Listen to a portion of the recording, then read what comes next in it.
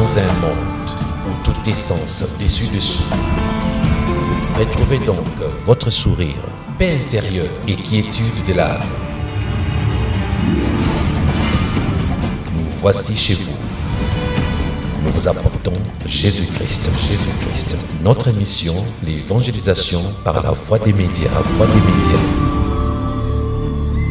Retrouvez-nous tous les jours sur ces numéros plus 243 81 75 39 500. Christianity Church, l'Église chrétienne. Nous sommes la fréquence céleste.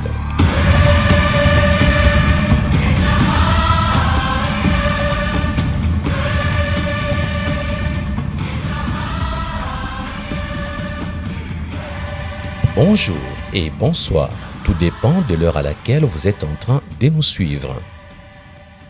Je vous avais laissé un devoir la fois passée et j'apporterai des corrections au cas où vous n'avez pas gagné.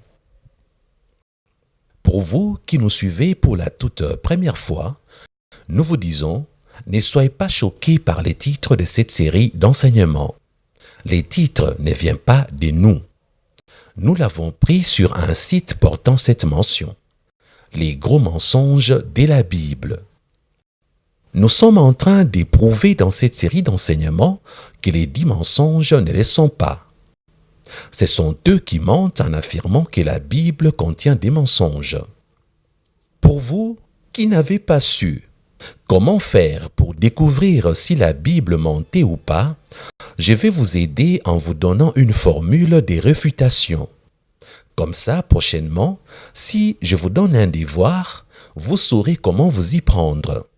Voici la formule des réfutations. Avant de vous la donner, retenez ceci. La Bible version originale a été écrite par les Juifs et dans leur langue. Pour être sûr de lire la Bible avec 0% d'erreur, il serait avantageux d'apprendre la langue originale de la Bible ou encore de connaître les hébraïsmes. Savez-vous pourquoi? Parce que, même si vous avez une version de la Bible bien traduite, il vous restera ces problèmes des hébraïsmes. Mais, pasteur Christian, de quoi parles-tu? Laissez-moi vous expliquer. C'est quoi les hébraïsmes? Frères et sœurs, les hébraïsmes sont des figures de style qu'on retrouve utilisées parmi les divers écrivains de la Bible. En bon français, je dirais que hébraïsme est un terme polysémique.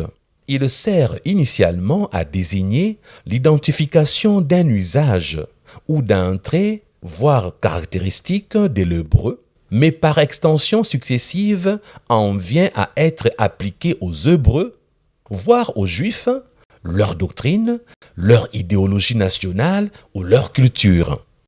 Donc, si vous lisez la Bible sans connaître les hébraïsmes, vous allez penser par moments que la Bible a des erreurs, que la Bible a des versets qui se contredisent. Je vais vous en faire des démonstrations dans toutes les émissions qui vont suivre. Frères et sœurs, lorsque vous lisez la Bible, sachez qu'avec l'aide des hébraïsmes, il y a ceci. Je vais vous donner quelques règles. Voici la première règle. Chez les Juifs, on ne comptait pas les femmes et les enfants.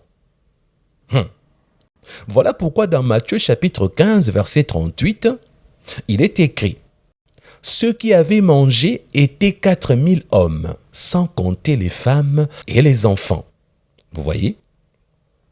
Ça, c'est la première règle des hébraïsmes que je vous donne. Il y a plusieurs règles. Je ne vous donne pas ça en ordre, je vous donne ça selon mon classement. En premier, j'ai pris cette règle. Chez les Juifs, on ne comptait pas les femmes et les enfants.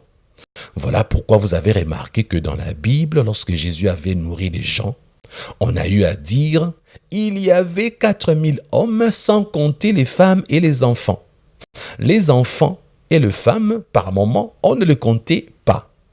Et dans tout l'Ancien Testament, vous verrez lorsqu'il y avait des guerres, on fait mention de 20 000 hommes, 40 000 hommes. On ne cite jamais les femmes, jamais les enfants. Par moment, on faisait des recensements.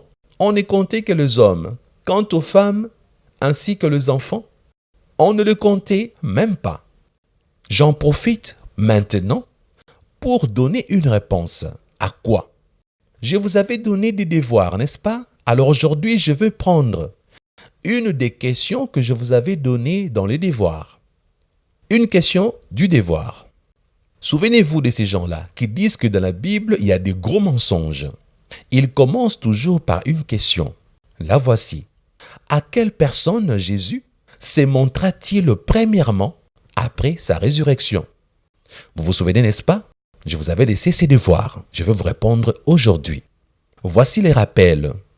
En Matthieu chapitre 28, verset 1er ainsi que verset 9, commençons par le verset 1er. Après les sabbats, à l'aube du premier jour de la semaine, Marie de Magdala et l'autre Marie allèrent voir les sépulcres. Verset 9. Et voici, Jésus vint à leur rencontre et dit, « Je vous salue. » Elles s'approchèrent pour saisir ses pieds et elles se prosternèrent devant lui. Frères et sœurs, ici, dans Matthieu, on nous montre que c'est Marie de Magdala avec l'autre Marie qui était le premier à voir Jésus après sa résurrection.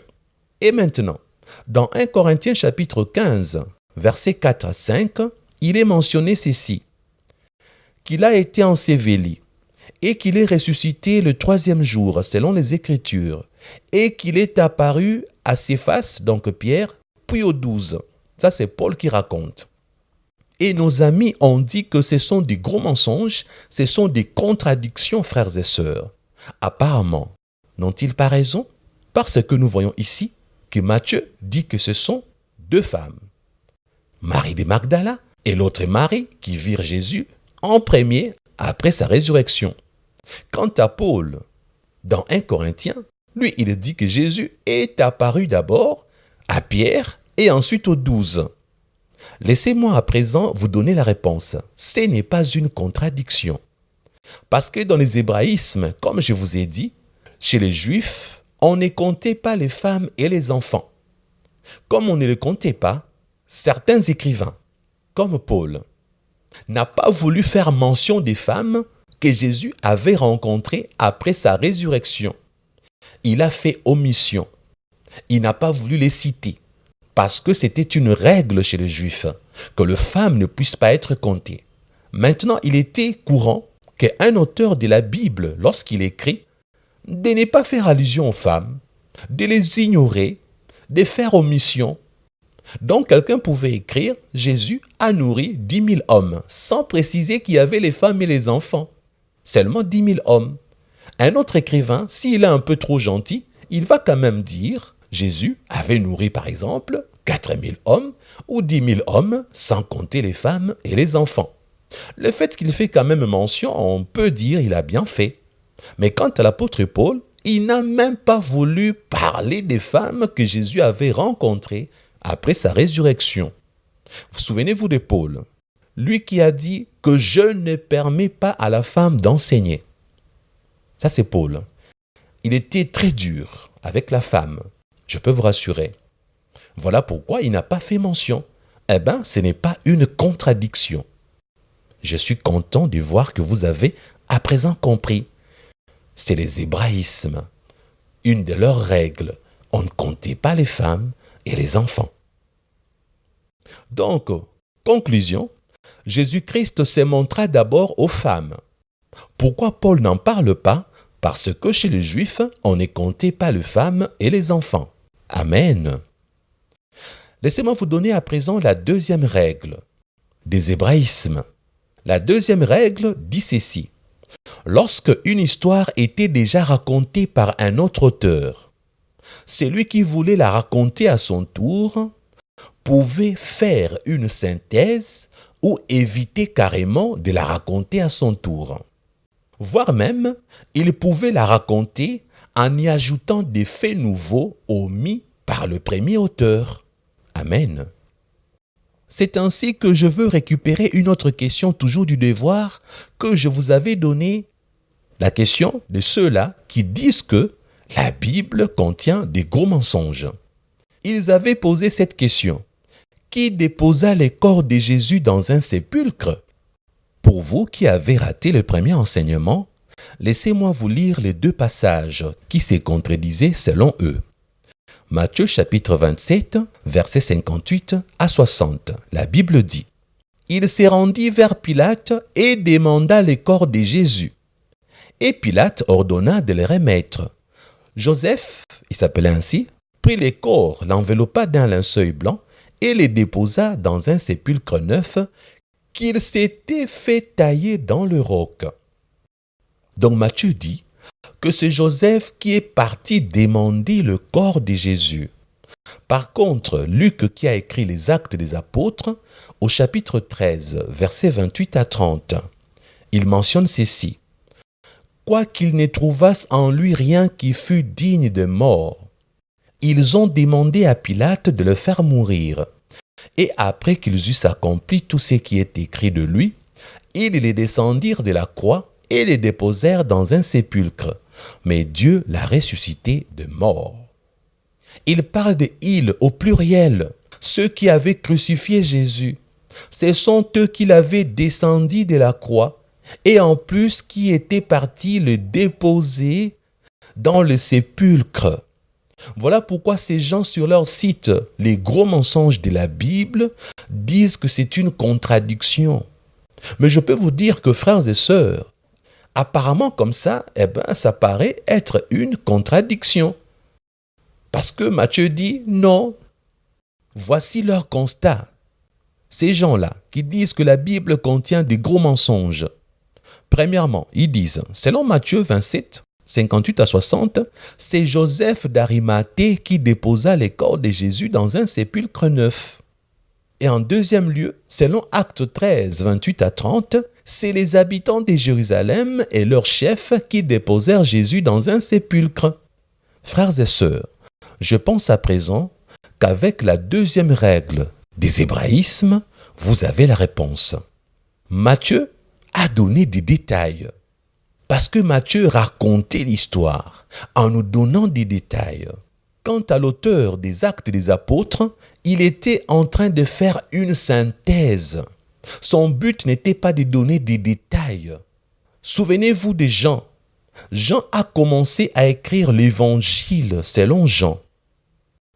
Il a commencé l'histoire de la vie de Jésus-Christ sans étaler sa généalogie. Il a sauté la généalogie de Christ. Il n'a pas fait mention de sa naissance. Il commence son évangile en disant « Au commencement était la parole ». Vous avez vu? Donc, il a préféré ne pas raconter les détails de la naissance de Jésus. C'était un choix de l'auteur. Donc, ce ne sont pas des mensonges, frères et sœurs. Les seuls petits derniers mots que j'ai avant de vous quitter n'est autre que celui-ci. Merci.